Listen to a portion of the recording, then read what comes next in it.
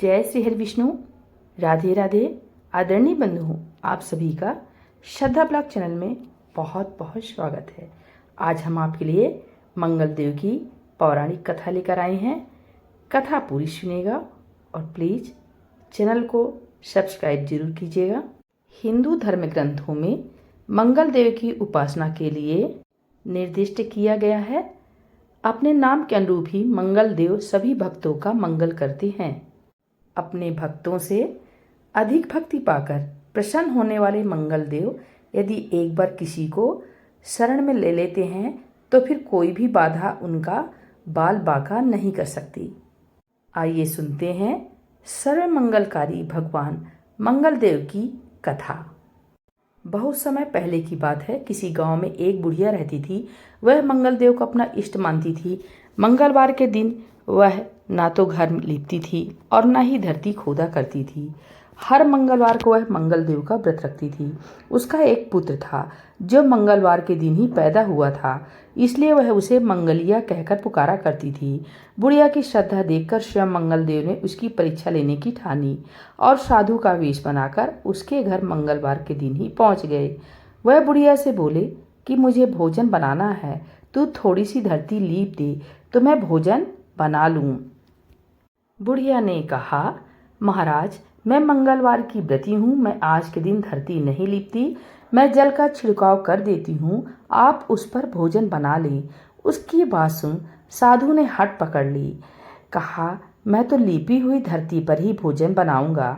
बुढ़िया ने भी रट पकड़ ली कि आज तो धरती ना लीप सकूंगी, इसके अलावा आप जो भी करने को कहेंगे मैं करूंगी।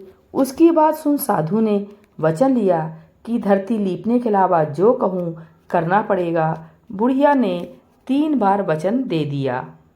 अब साधु ने कहा कि अपने बेटे को बुला दे, मैं उसकी पीठ पर अंगीठी जलाकर खाना बना लूंगा। साधु की बात सुनकर बुढ़िया के होश उड़ गए, पर वह मंगल देव को साक्षी मान वचन दे चुकी थी। उसने मंगल देव का स्मरण कर अपने बेटे को बुलाकर साधु के पास भेज दिया। साधु ने कहा कि माँ, तू ही अपने बेटे को लिटा और अंगीठी सुलगा।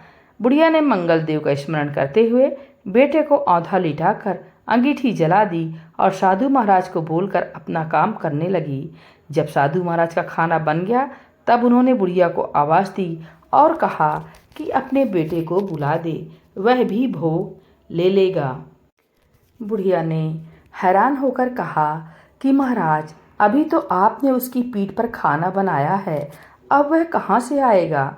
आप कृपया भोजन ग्रहण करें और जहाँ जाना हो जाएं, मुझे और दुखी ना करें। साधु ने हट पकड़ ली कि अपने बेटे को आवाज़ दे। साधु की बात सुन बुढ़िया ने जैसे ही कहा, मंगलिया ओ मंगलिया, उसका बेटा दौड़ता हुआ आ गया। बेटे को देखकर बुढ़िया चकित रह गई। तब साधु महाराज ने कहा कि माँ, तेरा व्रत सफल हो गया, तेरी अपने इष्ट देव में अटल श्रद्धा है, इसलिए आज के बाद वे हर तरह से तेरी रक्षा करेंगे, तुझे कोई भी कष्ट ना होगा। मंगलवार का व्रत सभी प्रकार के सुख प्राप्त करने, रक्त विकार दूर करने, राज्य सम्मान पाने और पुत्र प्राप्त के लिए किया जाता है। इस व्रत को रखने से मनुष्य के समस्त पाप नष्ट हो जाते हैं। यह व्रत 21 सप्ताह तक किया जाना चाहिए। व्रत के दौरान गेहूं और गुड़ से बने आहार की ग्रहण किए जाने चाहिए। भोजन दिन रात में केवल एक बार ही किया जाना चाहिए। इस व्रत के अंत में हनुमान जी की पूजा करनी चाहिए।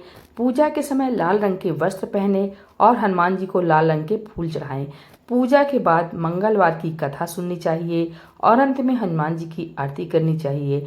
इस तरह विधिपूर्वक और पूरी श्रद्धा से व्रत किए जाने पर मंगल देव प्रसन्न होते हैं और भक्त पर अपनी कृपा बरसाते हैं। बोले मंगल देव की जय, हनुमान जी स्वामी की जय।